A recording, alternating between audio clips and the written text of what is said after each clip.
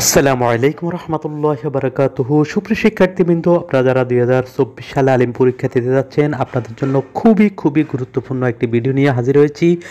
আমরা অনেক রাতে আজকের ভিডিওটি আপলোড করতেছি, কারণ অত্যন্ত গুরুত্বপূর্ণ যে নিউজ সেটি হচ্ছে বাংলাদেশ মাদ্রাসা শিক্ষা বোর্ড তারা একটি নোটিশ প্রকাশ করেছে। সেই নোটিশে কনফিউশন দূর করে দিয়েছে। অনেকে কনফিউশন আছেন যে সারা বাংলাদেশে কি আলিম পরীক্ষা স্থগিত হয়েছে নাকি শুধুমাত্র সিলেট জেলার জন্য, সিলেট বিভাগের জন্য আলিম পরীক্ষা স্থগিত হয়েছে। আজকের নোটিশে বাংলাদেশ মাদ্রাসা শিক্ষা বোর্ড যে নোটিশটি প্রকাশ করেছে, সেই নোটিশে তারা বিস্তারিত এবং কনফিউশনগুলো দূর করে দিয়েছে যে কিভাবে পরীক্ষা অনুষ্ঠিত হবে সারা বাংলাদেশে নাকি শুধুমাত্র সিলেট জেলাতে, সে বিষয়টি তারা ক্লিয়ার করেছে। তারা সেই নোটিশে তারা বিস্তারিত সেটি বলে দিয়েছে। নোটিশে বলা হয়েছে যে সিলেট বিভাগের 26টি কেন্দ্রে, এখানে স্পষ্টভাবে লেখা আছে সিলেট বিভাগের 26টি কেন্দ্রে 30 জুন 2024 তারিখ অনুষ্ঠেয় আলিম পরীক্ষা 27 জুলাই 2024 পর্যন্ত স্থগিত থাকবে।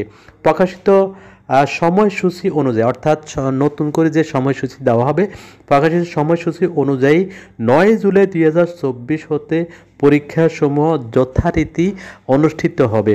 অর্থাৎ 9 জুলাই থেকে পরীক্ষাসমূহ শুধুমাত্র সিলেট বিভাগের জন্য এটি প্রযোজ্য হবে এবং সারা বাংলাদেশে অন্যান্য যে বোর্ডগুলো রয়েছে, অন্যান্য যে মাদ্রাসা, যেহেতু মাদ্রাসা বোর্ড একটি, সিলেট বিভাগ ছাড়া অন্যান্য বিভাগে কিন্তু মাদ্রাসার যে আলিম পরীক্ষা 2024 কিন্তু অনুষ্ঠিত হবে। এখানে উল্লেখ করতে যে তারা ক্লিয়ার করেছে সিলেট বিভাগ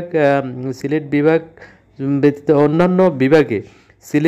অন্যান্য বিভাগে ঘোষিত সময়সূচি অনুযায়ী পরীক্ষা অনুষ্ঠিত হবে।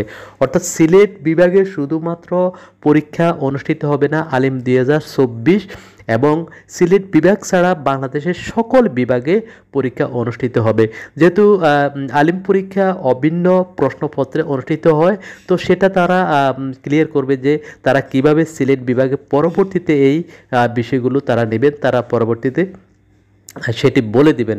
যেহেতু প্রশ্নের বিভিন্ন সেট থাকে, হয়তো যে সেটে সারা দেশে পরীক্ষা হবে ওই সেটে কিন্তু সিলেট বিভাগে হবে না, অন্য সেটে হতে পারে।